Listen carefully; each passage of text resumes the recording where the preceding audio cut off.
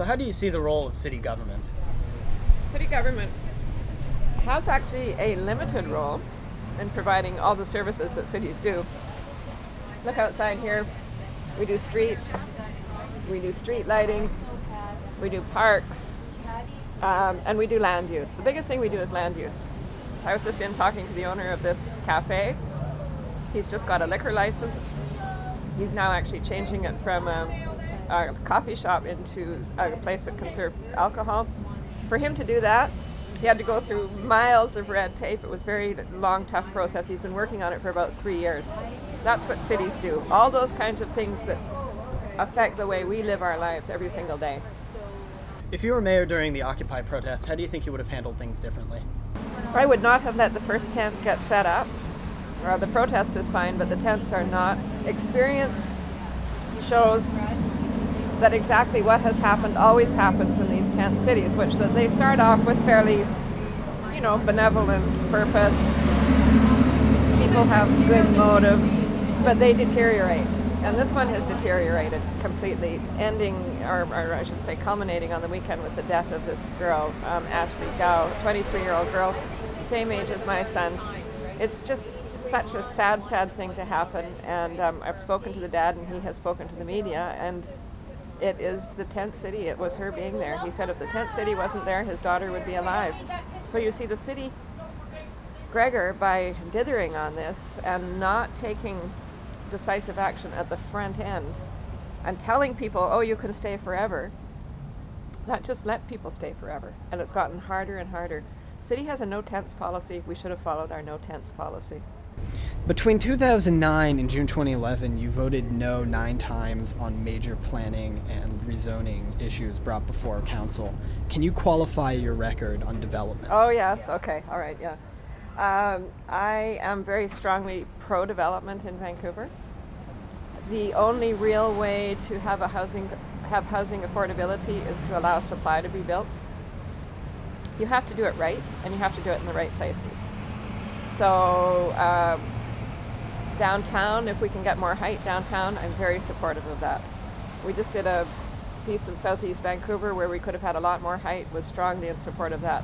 Oak Ridge, this council twice voted to keep it at 12 stories. Oak Ridge is a major center. So you need to take advantage of the opportunities when the opportunities are there. Well, some of the things that I voted against in that were what we call spot rezonings, individual rezonings that didn't fit in neighborhood plans. And those, from time to time, I have not supported. Your website says that after 3 years of Vision Vancouver government, special interests and big campaign donors are in control. Can you qualify that a little bit? I don't write all this material. But special interests, I think that the thought there is the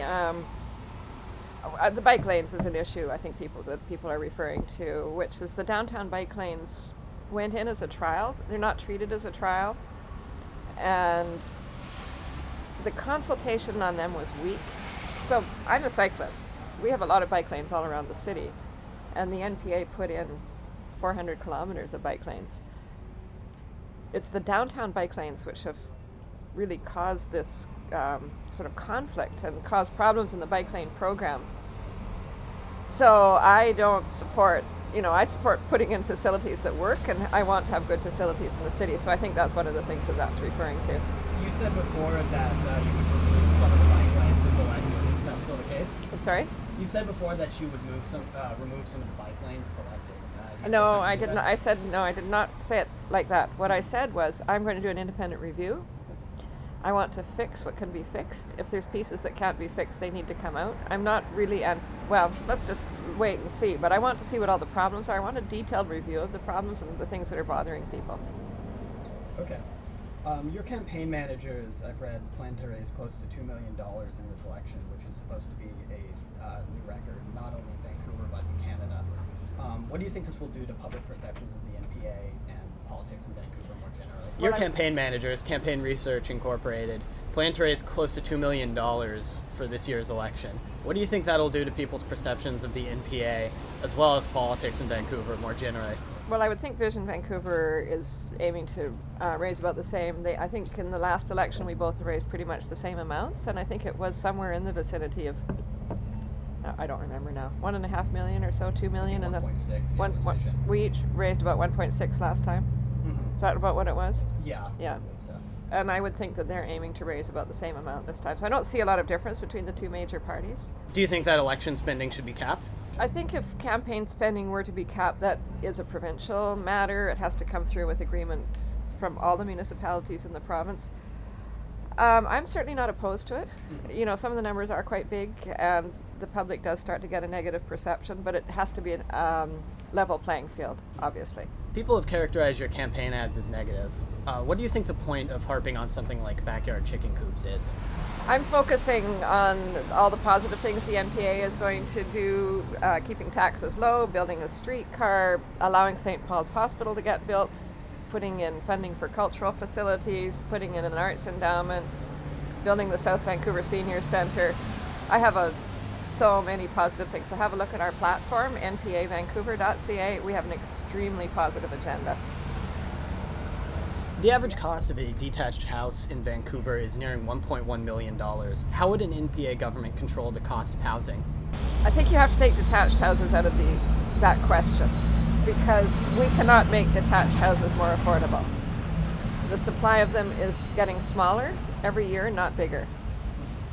What we can do is create affordability through other forms of housing, through allowing townhouses to be built and allowing condominiums to be built and allowing rental housing to be built. So I was talking a few minutes ago about the zoning and taking opportunities when you can get them. That's what I'm talking about. The best way to get affordability, you can't buy affordability.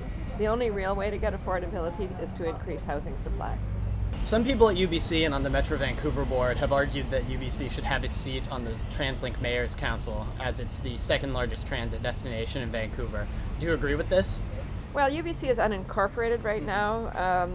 I think obviously Vancouver would be enriched by having Ubyssey as part of Vancouver. People do think Ubyssey already. They think it's part of Vancouver.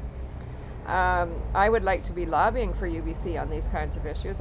As mayor of Vancouver, I can speak out on a lot of these important issues, and I would like to be able to speak out for UBC on the transportation issue.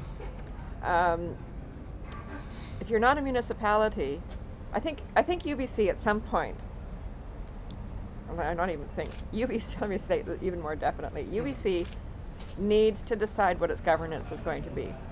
Right now, it's what they call unincorporated. I grew up in the country. Unincorporated meant a few little houses up a mountain. Unincorporated does not mean a major settlement out at Point Grey. So UBC does need to determine its governance. That will determine whether or not it gets a TransLink seat. So I would not support it having a TransLink seat right now. UBC needs to decide what its governance is going to be. Would you work towards that if you were elected mayor, bringing UBC in? Absolutely. Okay. I think I'll tell you something. I think I'm the only politician in British Columbia who says that. I would like to have UBC as part of the City of Vancouver. It's not in my control. It's up to UBC to decide, but that's what I would like. What are the NPA's transit priorities? Streetcar, number one. We can do it right away. Broadway line must be the next rapid transit. The Evergreen line comes first. Must be Broadway after that. It was my understanding, though, that the city manager said that there were no funds for a streetcar. How did you plan to make that happen?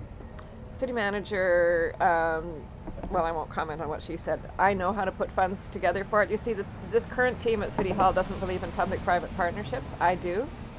I will find private funding, and I will find federal government funding through their P3 fund. And don't forget that the city's already spent a lot of money on the project. We've already built a part of the line, and the city has purchased all of the line. Wasn't the Canada line P3, though? Yes.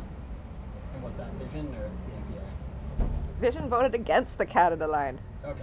We are the NPA is the party of yes, we can. Vision is the party of no, don't do that. They voted against the Canada line. You know what the problem with the Canada line is, don't you? That it was built on canopy. No, the problem with the Canada line is it's too darn busy. Those Vision guys that were on the TransLink board at the time voted against it again and again because they could not picture in their minds how to do this. That's the difference with me. I can picture in my mind how to get things done.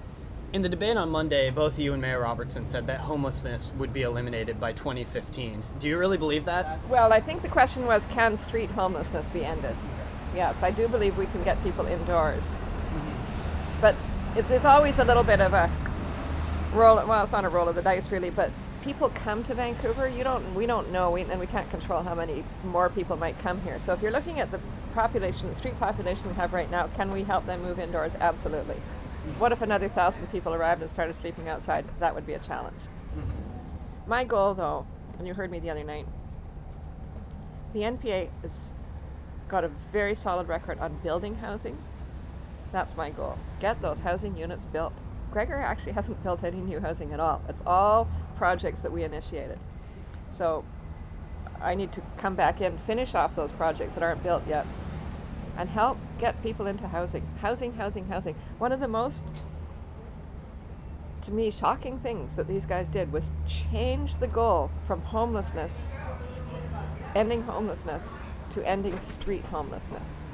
And why Gregor's partners in COPE went along with that, I was horrified.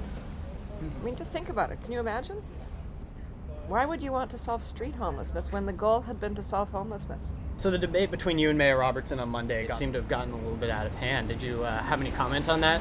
I think it was harder on the organizers than it was on Gregor and me, because our job was just to sit there and wait until it settled down again. But I think the people organizing it, they had a tough time. It was very stressful for them. Shutting down meetings is not a good democratic strategy.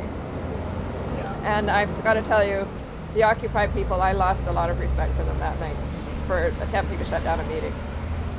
So do you imagine the encampment will be there by next week? Or I'm sorry? do you imagine that the encampment will still be there next week? I don't think it will be. Okay. I think Gregor has realized the political winds are blowing away from him. We've got a lot of momentum in our campaign, and I think he's realizing this Occupy is really hurting him. Yeah, it did kind of come up at a very inopportune time for him. It did. Yeah. But you know what? It's not that the Occupy came up at an inopportune time. It was Gregor's reaction to it, which was poor. It was the lack of leadership. It was saying, oh, you can stay as long as you like. No, you don't let the first tent set up. And if the first few tents set up, you go in the next day and take them down. It's the only real way to deal with a tent city. People can stay, people can protest. They actually had some pretty interesting points and some quite interesting things going on in the Occupy process at first. It's kind of disintegrated now. But that was his mistake. It was that lack of leadership and the lack of interest in City Council and dealing with it. City Council would not even debate it. Now you're paying attention to politics. The council must involve itself. If it doesn't, what's the point of having a council? You might as well have a dictator. You know, I was so shocked that council didn't want to debate the issue.